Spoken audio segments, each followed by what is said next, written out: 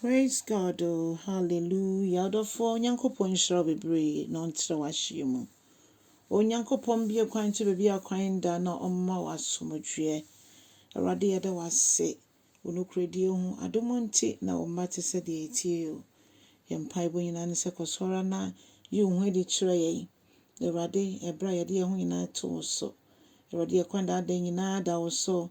Osi emfam to so na wodwene ye ho. Nti edi nyina gu na sene kase Awurade yeda wase.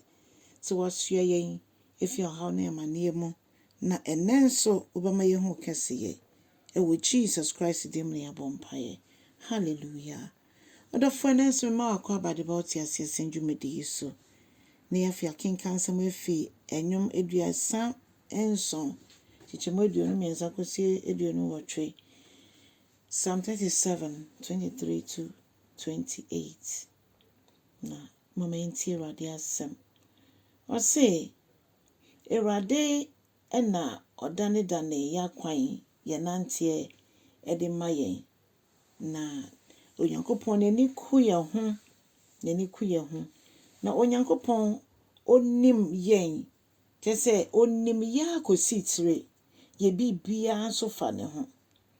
Nti se hintimpo ne yehwe ase a Awurade ye hintimpo a enya de ye behwe ase.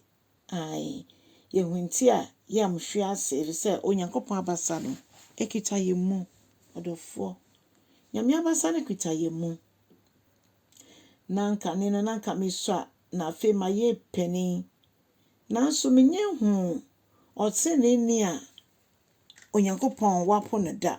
Ena me hu otseneni a ode ne chance ne nam se mesresa de. Sa asemi ye kan yenka se otseneni ebia wo hu mekan se wiase amane hunu biara ye be femu nanso nyame be ye femu. Ye nsresa ade onyame be ma ya de ye ho. Odofo adwuma na wonya sugu Nyankopon so. Onyankopon ebetie o. Onyankopon be ye e de ahye ne ho ani onyam. Obeyi wafi amane hunu nyina mu. Odofo onyame nani ku ye ho. Onyame dwene ye ho.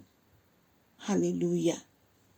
Odofo Bible gusu ka che yen say ye Nyankopon emma no. Onyankopon ebe ye na adom say yen ene ye de be fem. Enye se be nenam ne asresre afemfem. Onyame be ye na adom. Ama yetime gina ye na so yetime de sika ye de dwetɛ ye de ntade ye de tese yen ye be loan to people ye de be fem nkrofo. Ugidi aka se amen. Amen. Odofo o say se ye ni fi bone so na ye papa ene ye betena asase oni Nyankopon we siesie di amaye no so dada pem. If it say Awurade do atentene odo atentene na enya de obepo ne ma aw Awurade yeda wase. We di adanse seti bia me ne we wo mu bia no ye ka kira safo Awurade obetie na wa ya amayen. Onyi ye totwene on ma yen srese ne yedi obema yen ye de afem. Odofo ne senti we dwuma na wo ye ne senkoso asugo Awurade so. Ebia awesa wo ye kakra bi sugo Awurade so. Ebia dwuma no wo di application akoto baby won se nyanka ye. What applications bebre. Ebia wo visa no, ebia wo sikasem, ebia wa bahwesem mu, ebia wa pomudin mu, ebia wa waresem. Ebia wo dwuma sem. Ne nyinara moma yempejambre Awurade anim. Ono ne yadamfo a otie ye nsufro tie ye nkomo a onfa nkogina bebia endi ye ho fel. Ne momo yadamfo ne sofopani otie ye ase a ono waba ye nsa ben mu denti otie ye ase. Eno nti ne hia ye bia so ye bisa na ododom ye. Nti enede moma yenko asafo Awurade anim kanchense Awurade yada wase se ona mo asem so aka yen me ye hu se wo ma ye kwan se yenko stress na emu yen ene ye de be fem.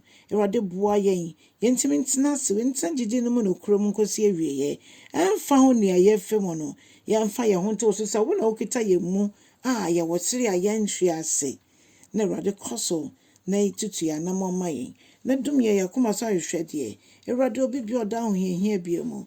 Awurade ɔmo nni baabi ɔmo de ɔmo ti bɛto. Ɔmo nni ne ɔmo bɛnom mpo. Awurade yɛsrɛ sɛ bra ɔmo nsa abɛn mu.